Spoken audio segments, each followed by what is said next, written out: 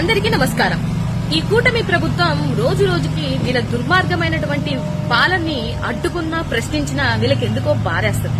నిజంగా ఇవాళ జగన్మోహన్ రెడ్డి గారు శ్రీకాకుళం వెళ్తుంటే ఎందుకు అన్ని ఆంక్షలు పడుతున్నారు అనేది అర్థం కానటువంటి విషయం.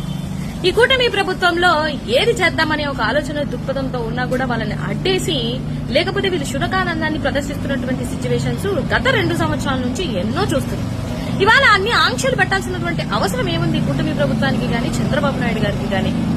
మీరు 7 క్యాన్వెన్లు ఇస్తాము, ఈ దారిలోనే వెళ్ళాలి, ఇటే వెళ్ళాలి, ఇటు వెళ్తేనే మేము యాక్సెప్ట్ చేస్తాము అని డిసైడ్ చేయడానికి మీరెవరండి? ఇవాళ జనాల కోసం, జన సమస్యల కోసం పోరాడుతున్నటువంటి జగన్మోహన్ రెడ్డి గారు ఎటువైపు వెళ్లాలి అని అనేది కూడా మీరు ఆంక్షలు విధిస్తూ వస్తున్నటువంటి ఏదైతే అభిమానుల్ని అడ్డుకట్ట వేయాలని మీ ఆలోచన దృక్పథంలో ఉంటే ఎప్పటికైనా అది మీకు చెడవుతుందని ఒకసారి ఆలోచించుకోవాల్సినటువంటి అవసరం ఉంది. ఎందుకు ఈ మాట మాట్లాడుతున్నాను అని అంటే, మీలాగా ఏదో తగలబెట్టడం గాని లేకపోతే హింసాత్మకమైన చర్యలు చేయడం గాని ఏ రోజు జగన్మోహన్ రెడ్డి గారు గాని వైఎస్ఆర్సీపీ పార్టీ గాని వైఎస్ఆర్సీపీ అభిమానులు గాని ఏ రోజు చేయలేదే. అలాంటి హింసాత్మకమైనటువంటి రాజకీయాలు చేయడానికి జగన్మోహన్ రెడ్డి గారు ఏ రోజు ఇష్టపడరు. కానీ ఇవాళ అభిమానుల్ని అడ్డుకుంటాము, భారీ గేట్లు పెడతాము, జగన్మోహన్ రెడ్డి గారిని గాని జగన్మోహన్ రెడ్డి గారి జనసంద్రాన్ని ఆపడం మీ తరం అవుతుందా? అయిందా ఈ 2 సంవత్సరాల్లో ఏ రోజైనా కూడా?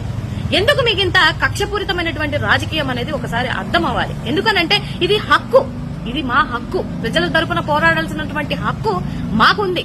సో ఇవాళ మీరు పోరాడరు, చేయరు, ఏ బాధ్యతను సక్రమంగా నిర్వర్తించరు. ఇప్పుడు సిద్రి అప్పలరాజు గారి విషయంలో కూడా కుట్రపూరితంగా కావాలని మర్డర్ కేసులు పెట్టించి ఇరికించి అన్యాయంగా వాళ్ళ కుటుంబాన్ని ఇబ్బంది పడుతున్నారు. ఇబ్బంది పడుతున్నటువంటి ప్రతి ఒక్కరి గాని చట్టాన్ని మీ చేతిలో తీసుకుని మీ ఇష్టాచారంగా రెడ్ బుక్ రాజ్యాంగం చేద్దామనుకున్న ప్రతిసారి అడ్డుకట్ట వైఎస్ఆర్సీపీ పార్టీ వేస్తుంది.